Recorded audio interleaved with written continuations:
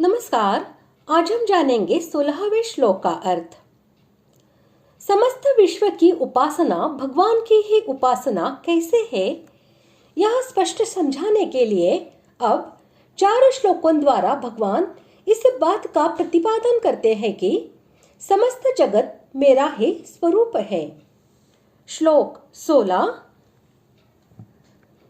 अहं क्रतुरहं यज्ञस्वधाहमहमौषधं मन्त्रोऽहमहमेवाज्यमहमग्निरहं हुतम्। श्लोक का अर्थ। क्रतु मैं हूँ, यज्ञ मैं हूँ, स्वधा मैं हूँ, औषधि मैं हूँ, मंत्र मैं हूँ, घृत मैं हूँ, अग्नि मैं हूँ और हवन रूप क्रिया भी मैं ही हूँ।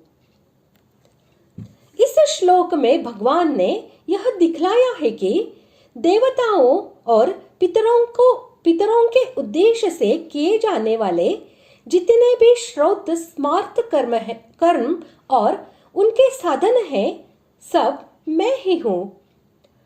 श्रौत कर्म को क्रतु कहते हैं।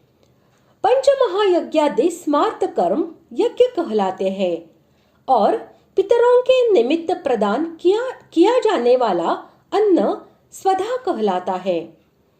भगवान कहते हैं कि ये क्रतु, यज्ञ और स्वधा मैं ही हूँ एवं इन कर्मों के लिए प्रयोजनीय जितनी भी वनस्पतियां, अन्न तथा रोगनाशक जड़ी बूटियां हैं, वे सब भी मैं हूँ। जिन मंत्रों के द्वारा ये सब कर्म संपन्न होते हैं और जिनका विभिन्न व्यक्तियों द्वारा विभिन्न भावों से जप किया जाता है, वे सब मंत्र भी मैं हूँ।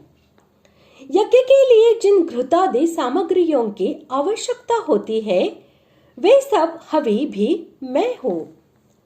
गार्हपत्य, आहवनीय और दक्षिणाग्नि आदि सभी प्रकार के अग्नि भी मैं हूँ और जिससे यज्ञ कर्म संपन्न होता है, वह हवन क्रिया भी मैं ही हूँ।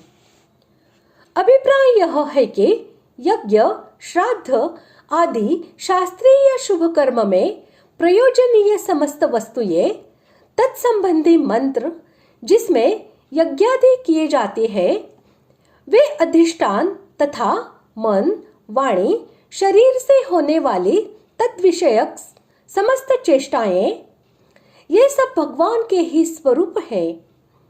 इसी बात को सिद्ध करने के लिए प्रत्येक के साथ अहम पद का प्रयोग किया गया है और एव का प्रयोग करके इसी की पुष्टि की गई है कि भगवान के सिवा अन्य कुछ भी नहीं है। इस प्रकार विभिन्न रूपों में दिखने वाले सब कुछ भगवान ही है।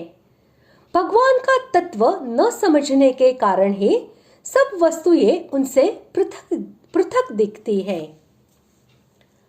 इस प्रकार आज हमने 16वें श्लोक का अर्थ जान लिया है। अगले भाग में जानते हैं 17वें श्लोक का अर्थ। धन्यवाद।